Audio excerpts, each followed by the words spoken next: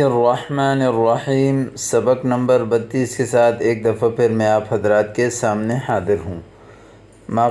ماضی کے فعل چل رہے ہیں، فعل ماضی کے جملے بیان ہو رہے ہیں۔ فعل ماضی کے جملوں میں مذکر مفرد کے جملے کل آپ نے پڑھ لیے ماقبل سبق میں۔ آج ہم مؤنث مفرد کے جملے پڑھیں گے۔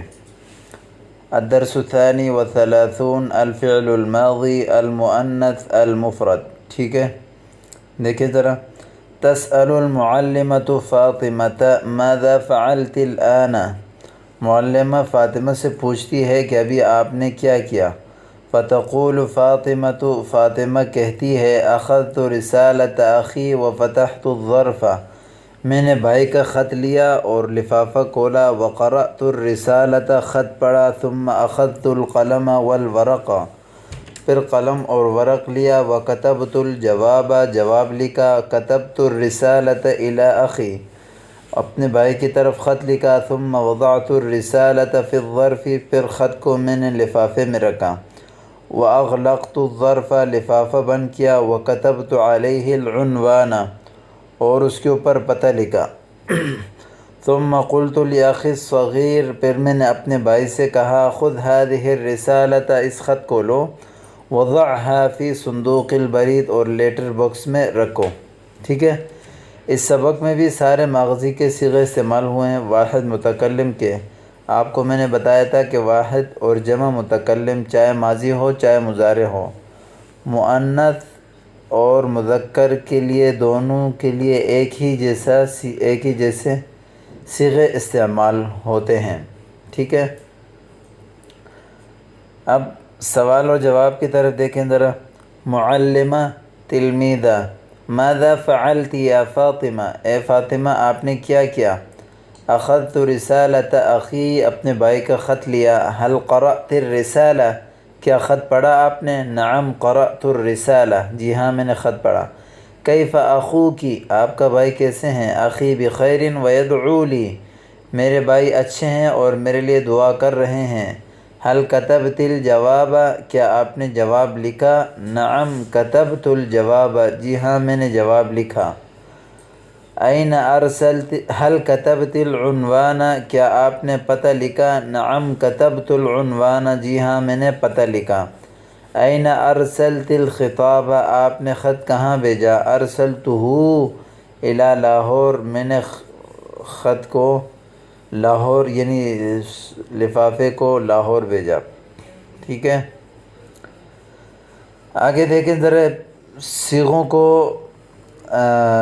واحد غائب کی طرف لے جایا جائے گا اور فعل ماضی کے فعل استعمال ہوں گے۔ سعیدۃ تقول، سعیدہ کہتی ہے فاطمۃ اخذت رسالۃ اخیہا، فاطمہ نے اپنے بھائی کا خط لیا۔ وفتحت الظرف، اور لفافہ کھولا۔ وقرأت الرسالۃ، خط پڑھا۔ ثم اخذت القلم والورق، پھر قلم اور ورق کو پکڑا۔ وکتبت الجواب، اور جواب لکھا۔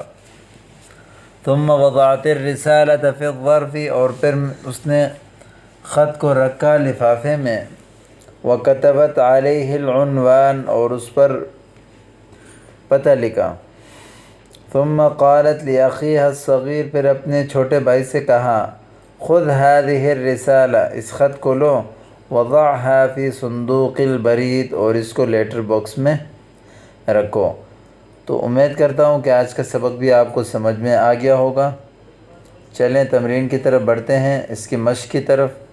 مشق میں دیکھیں تمرین، ترجمی بالاردیہ، مرد کے لیے آتا ہے ترجم، اور مؤنث کے لیے ہم نے کہا تھا واحد مؤنث حاضر کے لیے فعل امر کے آخر میں یا لگانا ہے۔ ترجمی بالاردیہ، اردو میں ترجمہ کیجئے۔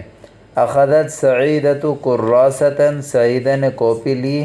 حفظت نعیمۃ الدرس، نعیمہ نے سبق یاد کیا۔ قرأت فاطمۃ القرآن الکریم، فاطمہ نے قرآن کریم پڑھا۔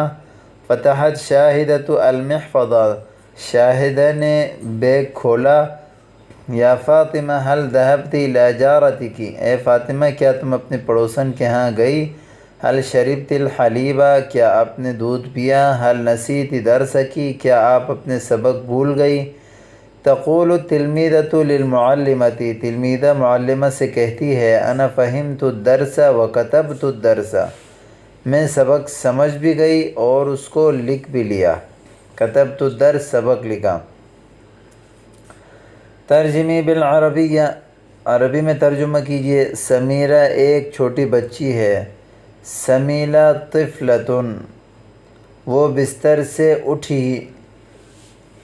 ہی قامت من الفراش، اور دروازے کی طرف چلی۔ ومشت الی الباب، پھر اس نے دروازہ کھولا۔ ثم فتحت الباب، اور کمرے سے نکل گئی۔ وخرجت من الغرفہ، سمیرہ کی ماں اس کے بستر کے پاس آئی۔ جاءت ام سمیرہ الی فراشہا، اور سمیرہ کو بستر پر نہیں دیکھا۔ وما رأت سمیرۃ علی الفراش، وما رأت سمیرۃ علی الفراش، وہ جلدی سے دروازے کی طرف دوڑی۔ وجرت الی الباب بسرعۃ، جرا یجری کا معنی دوڑنا۔ وجرت الی الباب بسرعۃ، اور دروازہ کھولا۔ وفتحت الباب، سمیرہ دروازے میں کھڑی تھی۔ قامت السمیرۃ عند الباب، ٹھیک ہے، یا سمیرہ واقفۃ عند الباب، واقفۃ زیادہ بہتر ہے۔ قاعدہ، فعل ماضی میں واحد مذکر غائب کے صیغے کے آخر میں تائے ساکن لگانے سے مؤنث غائب کا صیغہ بن جاتا ہے، جیسے ذہب سے ذہبت، وہ گئی، جرا سے جرت، وہ دوڑی، وغیرہ۔ معانی الکلمات، کلمات کے معنی دیکھیں۔ حفظت، اس نے یاد کیا۔ بسرعۃ، جلدی سے۔ المحفظ، بستہ۔ نسیت، بھول گئی۔ الحلیب یا لبن، دودھ۔ درس، سبق۔ جاءت، آئی۔ فہمت، سمجھ گئی۔ فراش، بستر۔ کانت واقفتاً، وہ کھڑی تھی۔ قامت، اٹھی۔ ما رأت، اس نے نہیں دیکھا۔ جرت، وہ دوڑی، ٹھیک ہے۔ امید کرتا ہوں کہ آج کا سبق بھی آپ کو سمجھ آیا ہوگا۔ اپنی دعاؤں میں یاد رکھیں۔ والسلام۔